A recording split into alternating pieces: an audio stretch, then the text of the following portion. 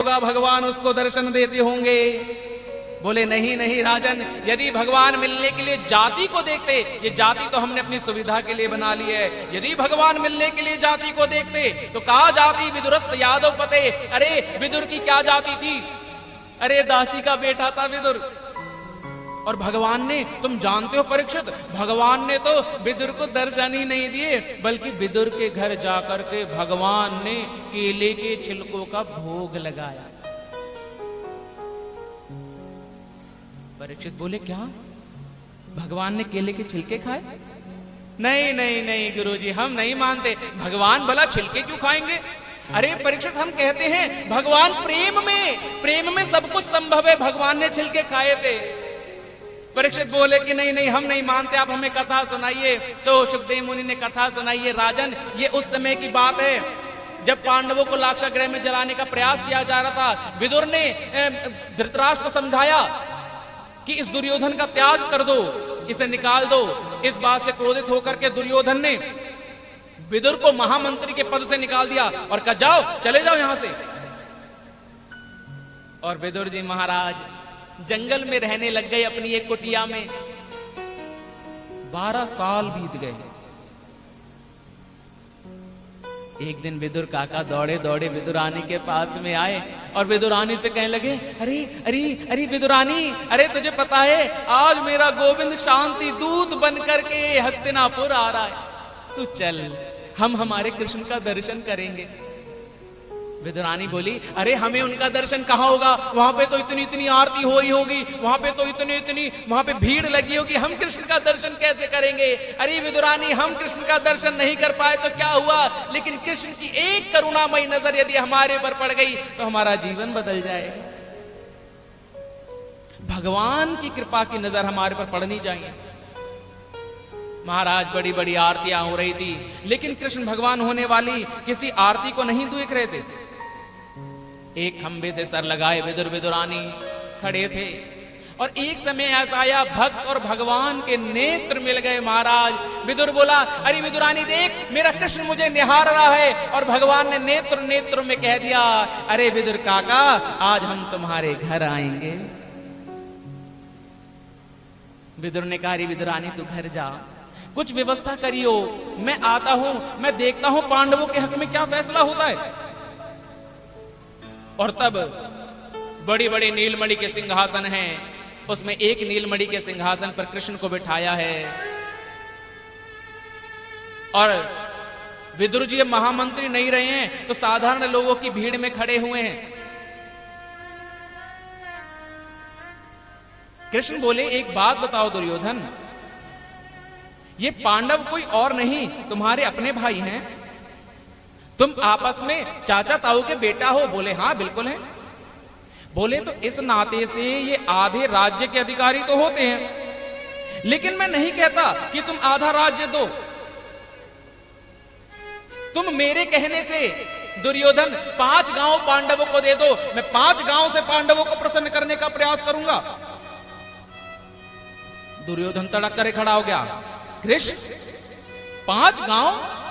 सूच्य grey ने वदासामी बिना युद्धेन केशवा। हे केशव, यदि पांडवों को चाहिए गांव, अरे मैं इंच बराबर भूमि नहीं देने वाला। पांडवों को यदि हस्तिनापुर चाहिए तो आए और आकर के हमसे युद्ध करें, और युद्ध में फिर पूरी हस्तिनापुर जीत ले, हमें परवाह नहीं, लेकिन बिना युद्ध के मैं कुछ देने वाला नहीं हूं। कृष्ण भगवान ने कहा, दुर्योधन लगता है अभी तुमने युद्ध की बातें कहानी में सुनी है, युद्ध होते हुए देखा नहीं है। अरे हजारों लाखों वीर मर जाएंगे कुरुक्षेत्र की भूमि में, कुरुक्षेत्र की भूमि लाल हो जाएगी वीरों के रक्त से। और आए हुए एक शांति दूत से किस प्रकार से बात करनी चाहिए, तुम्हें इतनी भी तमीज नहीं सिखाई तुम्हारे घर वालों ने। तुरंत धृतराष्ट्र ने हाथ पकड़ के, अरे क्या बोलते हो, ये कृष्ण है। दुर्योधन तुरंत नाराज और देखो, मुझे ये राजपाट की समझ नहीं है प्रभु, देखो आप जो आपस में बैठ के फैसला कर लोगे हमें मंजूर है, लेकिन आप ये सब बातें छोड़िए। मेरी माँ गांधारी ने बड़ा सुंदर भोजन बनाया है, आप चल करके अंदर चल के भोजन कीजिए, बड़े सुंदर 56 भोग बनाए हैं। तब कहा है कि नहीं, हम तुम्हारे घर में भोजन नहीं कर सकते। क्यों? क्योंकि हमारा निमंत्रण विदुर काका के यहाँ है। विदुर के यहाँ? उसी सभा में विदुर जी खड़े थे। विदुर जी साधारण लोगों के बीच में खड़े थे, इशारे से पूछते हमने निमंत्रण कब दिया? भगवान बोले हम जो कहते हैं सब सही कहते हैं। विदुर जी ने सोचा कहीं भगवान कह रहे हैं तो जरूर आएंगे। विदुर जी तो वहीं से दौड़ पड़े गोप लोगों की बजरी में, कहीं से माखन, कहीं से मिश्री, कहीं से लड्डू, कहीं से पेड़ा लेने के लिए। दुर्योधन ने कहा आपको निमंत्रण कब दिया? बोले चिट्ठी गई थी द्वारिका कि जब भी हस्तिनापुर आओ पहला भोजन हमारे घर में करना। और देखो दुर्योधन, भोजन केवल दो परिस्थिति में होता है, या तो खिलाने वाले के मन में श्रद्धा हो या करने वाले के पेट में भूख हो। ना हमें भूख है ना तुम्हारे मन में श्रद्धा है, इसलिए भोजन तो हम तुम्हारे यहाँ कर नहीं सकते। और इतना कह करके भगवान आज विदुर के घर गए हैं। ध्यान देना, जैसे जब भक्त भगवान के मंदिर जाता है तो अपनी चरण पादुकाओं को उतार के जाता है, ऐसे ही जब भगवान भक्त के घर जाते हैं तो अपनी खड़ाऊ को उतार करके जाते हैं। आज भगवान नंगे पैरों से विदुर के घर गए हैं। महाराज, विदुरानी भीतर अंदर स्नान कर रही थी। गोविंद गए और जाकर के साकर को खटखटाया, अरे काकी जी द्वार खोलो। विदुरानी ने जैसे ही सुना, अरे ये तो मेरे कृष्ण की आवाज है, अरे ये तो मेरे कृष्ण की आवाज है, अरे मेरा कृष्ण, अरे मेरा कृष्ण, अरे मेरा कृष्ण आ गया, अरे मेरा कृष्ण आ गया, अरे मेरे कृष्ण आ गया। कृष्ण कृष्ण कृष्ण कृष्ण करते करते दौड़ी गई और महाराज वस्त्र बदलना भी भूल गई और द्वारों को खोल दिया और कहा कृष्ण अंदर आओ, भीतर आओ, मैं तुम्हारा स्वागत करती हूँ, तुमने बहुत समय बाद दर्शन दिए। कृष्ण देखा माँ तो अपने वस्त्रों को बदलना ही भूल गए। गोविंद अपनी कारी कावर उतार करके विदुरानी के ऊपर डाल दिया। विदुरानी ने झटपट ओढ़ लिया और कहा कृष्ण भीतर आओ, तुम बैठो, मैं तुम्हारा स्वागत करती हूँ, तुम्हारा बड़ा स्वागत है। एक पाटा ले लिया और सोचा मैं कृष्ण को कहाँ बैठाऊं। एक कोने में ले जाकर के वो पाटा बिछा दिया, कृष्ण तुम यहाँ बैठो। कृष्ण भगवान जैसे ही बैठने को हुए पाटा उठा, नहीं नहीं नहीं नहीं कृष्ण ये जगह शुद्ध नहीं है, एक काम करो तुम यहाँ बैठो। कृष्ण भगवान जैसे ही बैठने को हुए बोले नहीं नहीं नहीं ये जगह भी शुद्ध नहीं है, एक काम करो तुम यहाँ बैठो। दूसरी जगह बैठने लगे, कृष्ण ये जगह भी शुद्ध नहीं है, तुम यहाँ मत बैठो। पूरे आंगन में कृष्ण को दौड़ा दिया और बीच में ले जाकर के पाटा उल्टा बिछा दिया और कहा कृष्ण तुम यहाँ बैठो। कृष्ण भगवान ने भी नहीं देखा कि पाटा उल्टा या सीधा, वो भी बैठ गए। कृष्ण तुम्हारा बहुत स्वागत है, बहुत समय बाद तुम आए।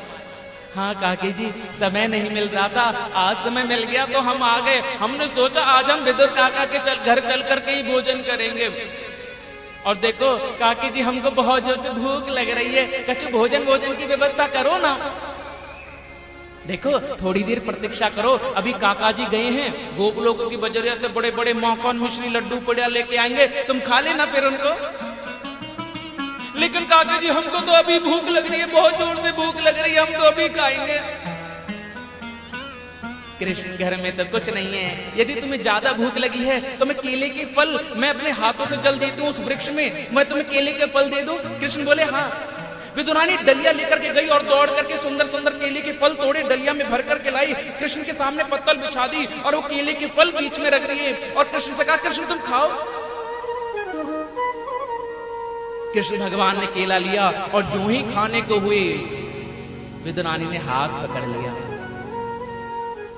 कृष्ण यदि तुम बुरा ना मानो तो मैं अपने हाथों से तुम्हें भोजन कराना चाहती हूँ।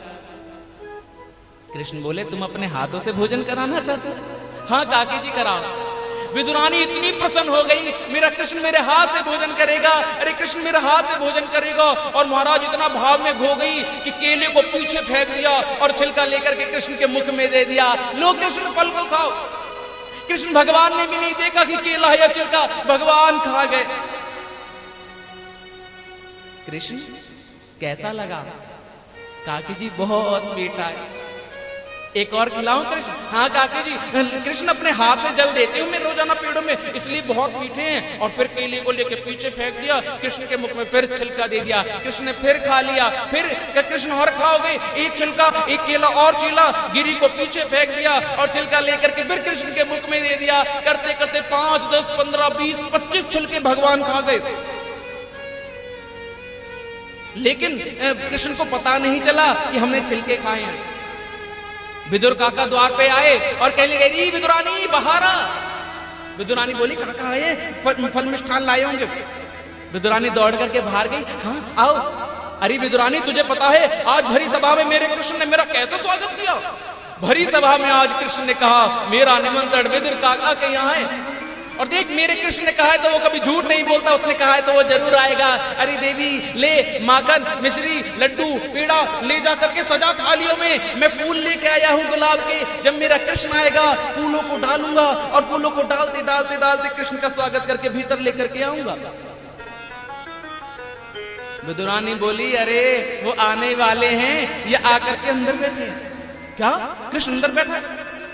तुमने कुछ खाने को दिया या नहीं देवी? अरे घर में कुछ और नहीं था, केवल केले के फल थे, वो केले के फल खा रहे हैं। विदुर ने आकर के देखा तो देखा केले के फल की जगह महाराज छिलके खा रहे थे। विदुर ने आकर के छिलके को मुख से निकाला। अरे कृष्ण क्या कर रहे हो? छिलके हैं, छिलके भला कोई खाता है? कृष्ण भगवान ने देखा काका जी, हम छिलके खा रहे थे, हमको पता नहीं चल पाया कि हम केले खा रहे थे या छिलके। हम तो बस काकी जी प्रेम से खिलाती गई, अपन खाते चले गए। अरे कृष्ण, हमसे गलती हो गई, हमसे बड़ा पाप हो गया, हमें क्षमा कर दो। आप एक बार पेड़ा खा के देखो कृष्ण, मैं गोप लोगों की बजरिया से लाया हूँ, आप खा के देखिए और बताइए कैसा स्वाद है। भगवान कृष्ण ने खाया है और कहे, काका जी एक बात बताऊं, बुरा मत मानिएगा, जो स्वाद विदुरानी के केले के छिलकों में था वो स्वाद इस पेड़े में नहीं है। क्यों? क्योंकि काकी जी जिस समय छिलकों को खिला रही थी उनका सच्चा प्रेम था, और आप ये पेड़े खिला करके एक औपचारिकता को पूरी कर रहे हो, और मैं किसी भी औपचारिकता